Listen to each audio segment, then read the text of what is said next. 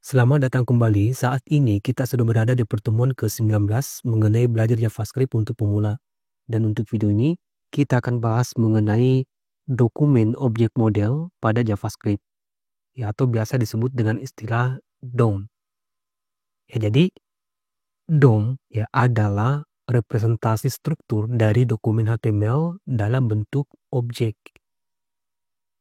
yang memungkinkan ya JavaScript untuk berinteraksi dan memanipulasi elemen HTML. Ya, jadi dengan memahami ya struktur dari bahasa HTML dengan JavaScript, kita bisa mengubah isi konten HTML, mengubah atribut, menambahkan dan menghapus elemen, menangani event, memberikan style CSS, dan lain-lain. Ya, tapi sebelum kita melakukan ya semua poin-poin ini, ya, langkah pertama yang harus kita lakukan adalah mengakses elemen HTML. Yang pertama yang akan kita bahas ya mengenai DOM ini adalah cara mengakses elemen HTML melalui JavaScript. Nah, karena hal ini ya yang harus kita lakukan pertama kali sebelum memanipulasi elemen HTML. Ada beberapa cara untuk mengakses elemen HTML. Salah satunya adalah menggunakan metode dokumen getElementById. Ya, untuk mengakses elemen HTML dengan nama ID. Ya, jadi metode ini itu mencari elemen HTML dengan nama ID. Selanjutnya ada metode dokumen getElements by class name. Ya, untuk mengakses elemen HTML yang memiliki kelas. Lalu ada query selector yang mengakses elemen HTML menggunakan selektor CSS. Lalu ada query selector all untuk mengakses elemen HTML lebih dari satu selektor CSS. Nah, baik, yang pertama yang akan kita coba yaitu mengakses elemen HTML menggunakan metode dokumen getElementById. Kita kembali ke Visual Studionya. Dari sini saya sudah siapkan folder pertemuan 19 ya. Di dalamnya terdapat satu file HTML yaitu getElementById. Nah, di sini saya sudah punya dua elemen HTML yaitu tag H1 dan tag P. Masing-masing memiliki ID. Satu ID judul dan satu ID paragraf. Dan kita bisa mengakses salah satu dari elemen HTML ini menggunakan nama ID-nya. Ya, tentu menggunakan metode dokumen getElementById. Nah, sebagai contoh di sini, jadi sintaks penulisan dari dokumen getElementById, dokumen lalu titik get elemen by ID. Ya, huruf besar dan huruf kecil diperhatikan ya. Kemudian buka kurung dan tutup kurung. Nama ID dari elemen HTML yang akan diakses. Misalnya di sini kita akan mengakses dengan ID judul.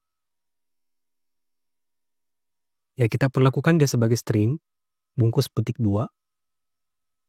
Nama ID-nya adalah judul. Ya, karena kita akan mengakses ID judul. Titik koma di sini. Ya, jadi ini contoh penulisan mengakses elemen HTML menggunakan ID. Nah, di sini ada dokumen. Itu mengacu pada objek dokumen HTML, yaitu file HTML yang sedang aktif saat ini, yaitu getElementById.html. Lalu ada getElementById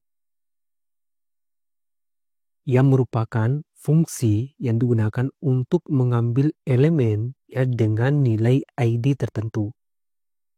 Kemudian di sini ada ID itu nilai unik yang diberikan kepada elemen HTML, ya kita perlakukan dia sebagai string. Dengan penulisan seperti ini, ya itu kita sudah bisa mengakses elemen dengan ID judul. Nah, jika kita ingin melihat hasilnya di browser, di sini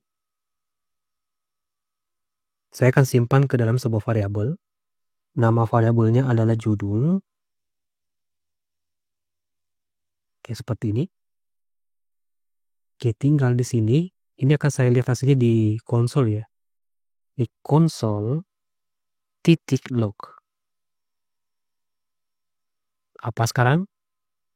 Judul. Titik koma.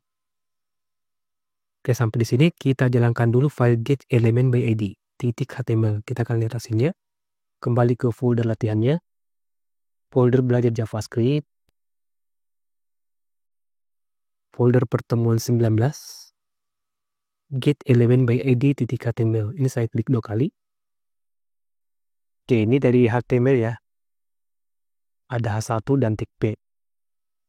Ya, karena kita mencetaknya di konsol, berarti di sini klik kanan, lalu pilih inspect atau Ctrl Shift I.